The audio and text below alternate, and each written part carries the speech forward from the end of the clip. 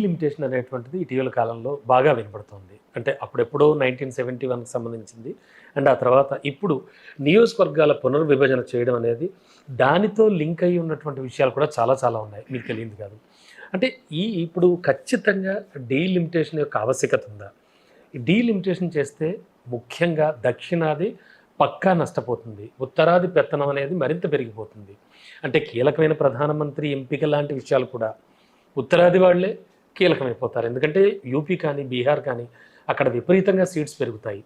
And మన వైపు విశేషంగా తగ్గుతాయి. ఎందుకంటే వాటికి లింకప్ అయి ఉన్న విషయాలన్నీ కూడా మీకు తెలియదు కాదు. మనం ఒకప్పుడు పాటించిన కుటుంబ నియంత్రణ మనకే దెబ్బ కొడుతుందా? అంటే ఇలాంటివి చాలా చాలా అంశాలు ఉన్నాయి ఇందులో. ఇలాంటి అంశాలు రమణ చాలా సున్నితమైన అంశాలు. నా కులానికి తగ్గుతాను కానీ నాకు ఆవేశం వస్తుంది,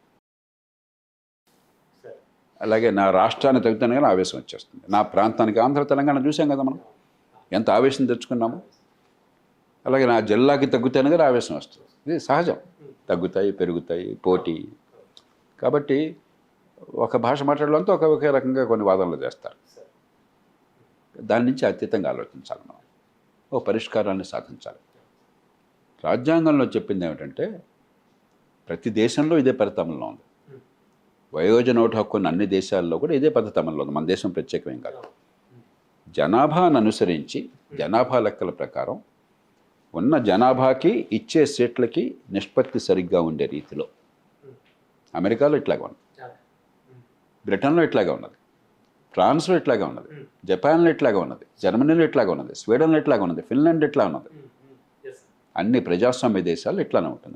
మన రాజ్యాంగంలో కూడా ప్రతి 10 ఏళ్ళకి జనాభా లెక్కలు జరుగుతాయి. ప్రతి జనాభా లెక్కల్లో జనాభా ప్రకారం ఆయా రాష్ట్రాలకి పార్లమెంట్ సభ్యుల్ని జనాభా నిష్పత్తి ప్రకారం కేటాయించాలని చెప్పాను. అది గొడవ లేకుండా జరిగింది. సదుద్దేశంతోనే పెద్దగా ముందు చూపు లేకుండా 1971 తర్వాత 76లో రాజ్యాంగం 42వ సవరణలో ఇక్కడ దురుద్దేశం లేదు. ఆ 42వ సవరణ చాలా దారుణమైనది, అప్రజాస్వామికమైనది, నియంతృత్వమైనది. కానీ దానిలో ఈ అంశం దురుద్దేశం లేదు. ఇందిరాగాంధీ గారు ఎమర్జెన్సీ కాలంలో పెట్టారు. ఏం పెట్టారు?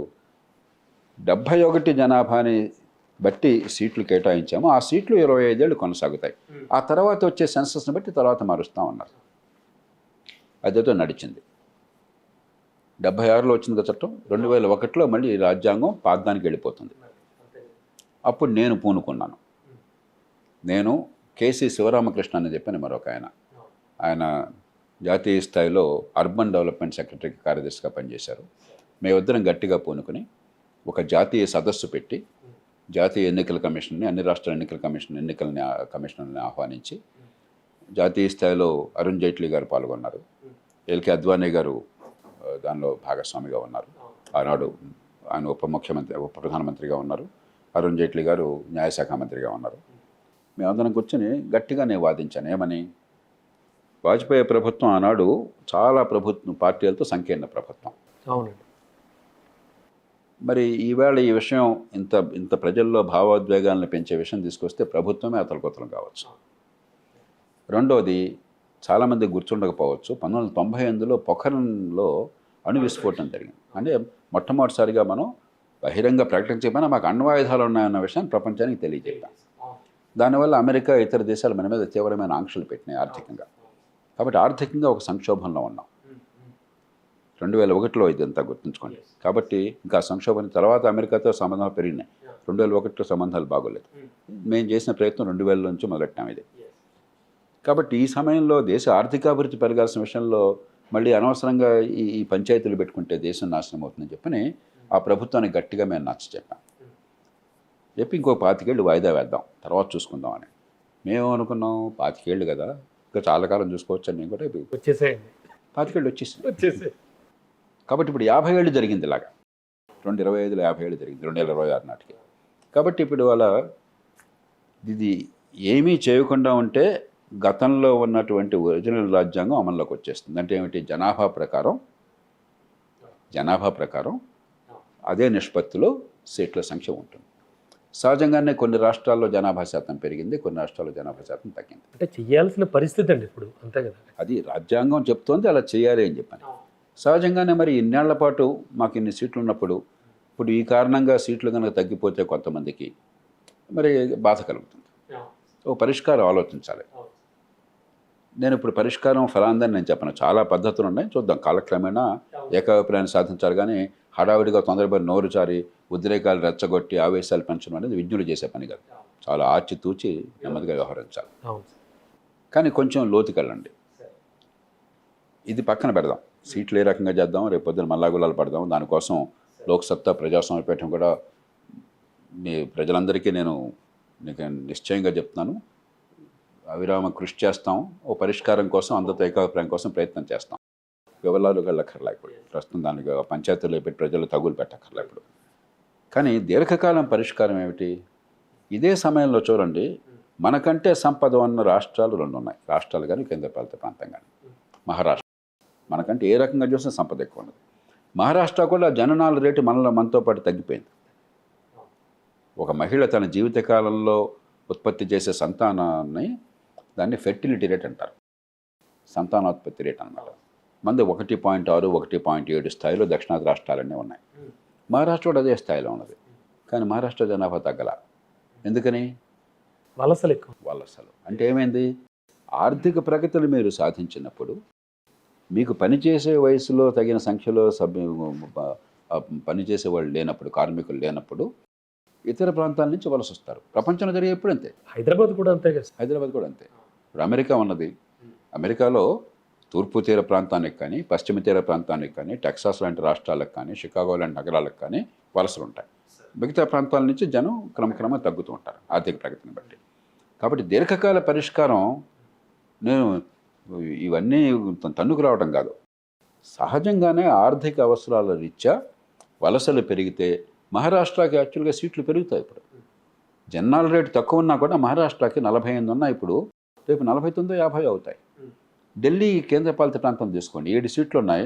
ఢిల్లీకి వలసల కారణంగా 13 అవుతాయి. కాబట్టి ఇది మనం లేని సమస్యని అనవసరంగా తలకెత్తుకుని కంగారు పడిపోయేసి మళ్ళీ ఏదో రకంగా రాజకీయంగా గందరగోళం చేయాలని ప్రయత్నం చేస్తున్నాం. ఎందుకంటే దేశంలో అన్ని ప్రాంతాలలో జననాల రేటు తగ్గుతున్నది. 2 రాష్ట్రాలు మినహాయిస్తే ప్రతి రాష్ట్రంలో కూడా ఒక మహిళ తన సంతానోత్పత్తి కాలంలో బిడ్డల్లో పుట్టించే సగటు సంఖ్య 2.1 కంటే తక్కువ, 2 కంటే తక్కువ వచ్చేసింది. అదివరకు రాజస్థాన్ అనుకునేవాళ్ళం, మధ్యప్రదేశ్ అనుకునేవాళ్ళం, ఛత్తీస్గఢ్ అనుకునేవాళ్ళం, లేకపోతే ఇతర రాష్ట్రాలు అనుకునేవాళ్ళం. అన్ని రాష్ట్రాల్లో 2 రాష్ట్రాలు మినహాయిస్తే జనాభా పెరుగుదల ఆగిపోయింది. అన్ని వర్గాల్లో, అన్ని మతాల్లో, హిందూ ముసల్మాన్ తేడా అన్ని కులాల్లో జనాభా పెరుగుదల తగ్గుతుంది. 2 రాష్ట్రాలు కొంచెం వెనకున్నాయి, అక్కడ కూడా తగ్గుముఖం పడుతుంది. ఉత్తరప్రదేశ్లో 2.4 అలా ఉంది, 2.1కి రావాలి, బహుశా వచ్చే 4-5 ఏళ్ళలో వచ్చేస్తుంది. ఇక బీహార్ 2.7, 2.8 దగ్గర ఉంది, అది కొంచెం ఇంకో 7-8 ఏళ్ళు పట్టచ్చు, అది కూడా తగ్గిపోతుంది. అంటే పరిష్కారం అయిపోయింది సమస్య, జనాభా సమస్య. మేము మా చిన్ననాడు మేము కాలేజీలో ఉండగా మాకు పీడకలలు వచ్చాయి, ఈ దేశం భవిష్యత్తు ఏమిటి, ఈ జనాభా విస్ఫోటంతో దేశం ఏమైపోతుంది, పాపులేషన్ ఎక్స్ప్లోజన్ అనే పదం వాడేవాళ్ళం, జనాభా విస్ఫోటం. ఆ రోజుల్లో నేను పెద్ద వ్యాసం తయారు చేశాను. నేను కాలేజీకి ఎగ్జిబిషన్ అప్పుడు ఒక పెద్ద మ్యాగజైన్ తయారు చేసి దానిలో ప్రధానమైన అంశం దీన్నే తీసుకున్నాను. దాని కవర్ పేజ్ కూడా జనాభా విస్ఫోటాన్ని చూపెట్టాం. అంత భయంగా మా అందరికీ కూడా అసలు భవిష్యత్తు ఏమిటనే అంత ఆందోళన ఉండేది. ఇవాళ సమస్య పరిష్కారం అయిపోయింది. ఈ సమయంలో మనం దీనిని రాజకీయంగా తనలాడక్కర్ దాని పరిష్కారం చూసుకుందాం. ఏదో ఒకటి చెప్పాను ఇంతకుముందే, రకరకాల మార్గాలు ఉన్నాయి. పరిష్కారం అయిపోయిన సమస్యను పట్టుకుని ఈవేళ మనం కంగారు పడిపోయి ఒకళ్ళనొకళ్ళు అవమానించుకోవడం అవసరం లేదు. అంటే నిజానికి డీలిమిటేషన్ చేస్తే సౌత్ వైపు బాగా తగ్గిపోతాయి సీట్లు, నార్త్ వైపు విపరీతంగా పెరిగిపోతాయి అని పొలిటీషియన్స్ బాగా విపరీతంగా లేవు, కొంత మార్పులు చేర్పులు ఉంటాయి. రకరకాల పరిష్కారాలు ఆలోచించవచ్చు. అంతకు మించి మనం చేయాల్సింది ఏంటంటే, ఊరికే సంఖ్యలను గురించి ఇప్పుడు సంఖ్య ఉంది, మీ సంఖ్య ఏమన్నా కూడా పార్లమెంట్లో రోజు ఓటేస్తున్నారు అనుకున్నారా అన్నా? ఏం లేదు. ఏదో లయోజర్గా అంటారు, ఏది ఆఫ్ఘనిస్తాన్లో ఈ ట్రైబ్కి ఎంతమంది, ఆ ట్రైబ్కి ఎంతమంది. ఒకసారి ఎలక్షన్లు అయిన తర్వాత ఆ సంఖ్యాబలాన్ని బట్టి నిర్ణయం తప్పితే అక్కడ రోజు ఓటింగ్ లేదు, సభ్యులకి స్వేచ్ఛ లేదు, పాడు లేదు ఈ దేశంలో. కాబట్టి మనం ఏదో ఊరికి లేని విషయాల గురించి ఎక్కువ ఆలోచిస్తున్నాం. అంచేత మనం చూడాల్సింది అంతకంటే ముఖ్యమైనది ఏంటంటే, రేపొద్దున ఎక్కడ సంఖ్యాబలం ఎంత ఉన్నా, ఏ పార్టీ వచ్చినా ఉదాహరణకి ఇందాక హిందీ గురించి మాట్లాడాం.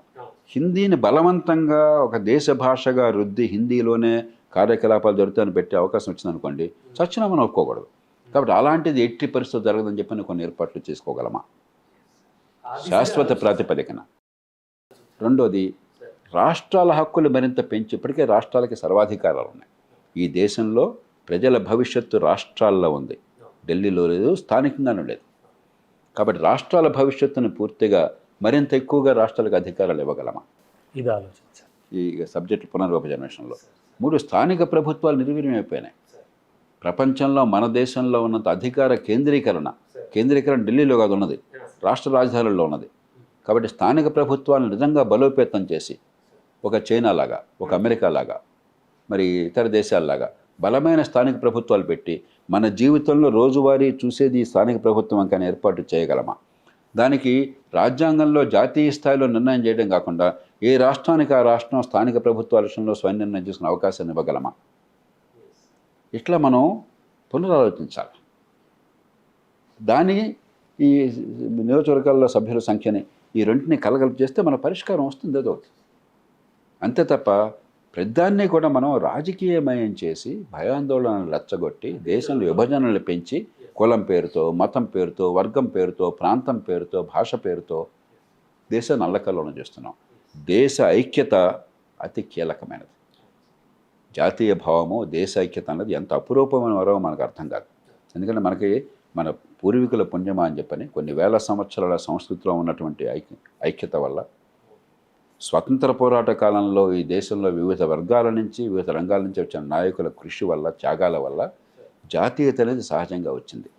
దాన్ని కాపాడుకుంటూ ఈ భిన్నత్వాన్ని గౌరవిస్తూ, వైవిధ్యాన్ని గౌరవిస్తూ అందరి ప్రయోజనాలని కూడా కాపాడేందుకు ఏర్పాట్లు చేయడం సాధ్యం. కానీ రెచ్చగొట్టకుండా, భయాందోళనలు పెంచకుండా, విపరీతంగా పెరిగిపోతాయి, విపరీతంగా తగ్గిపోతాయన్న అతిశయోక్తులు చెప్పకుండా చిత్తశుద్ధితో ప్రయత్నం చేస్తే పరిష్కారాలు ఉంటాయి. అంటే పాలకులు చెప్తున్నది ఇవన్నీ కూడా వాటిని బట్టి, వాళ్ళు చెప్తున్నవి, కొన్ని సర్వేలు చెప్తున్నవి, ఇవన్నీ బట్టే నేను అడిగాను మిమ్మల్ని. అంటే అంత చెప్పాను కదా, ఇప్పుడు అరిథమెటిక్ పెద్ద కష్టమేం కాదు, పరిష్కారాలు కూడా విజ్ఞత ఉంటే కష్టం కాదు. ఇప్పుడు తొందరపడి మాట్లాడడం కాకుండా మన చిత్తశుద్ధితో నింపాదిగా, ఇప్పుడు కొన్ని జటిలమైన సమస్యలు ఉంటాయి ప్రతి ఫెడరల్ వ్యవస్థలో కూడా. వాటిని జనాన్ని రెచ్చగొట్టి యుద్ధ వాతావరణం సృష్టించి కాదు పరిష్కారం చేసుకోవచ్చు. జనాన్ని ప్రశాంతపరిచి విశ్వసనీయత గల నాయకత్వం, నిజాయితీ గల నాయకత్వం, దూరదృష్టి ఉన్న నాయకత్వం, దేశ ప్రయోజనాలని, ప్రాంతీయ ప్రయోజనాలని సమానంగా కాపాడే నాయకత్వం కావాలి.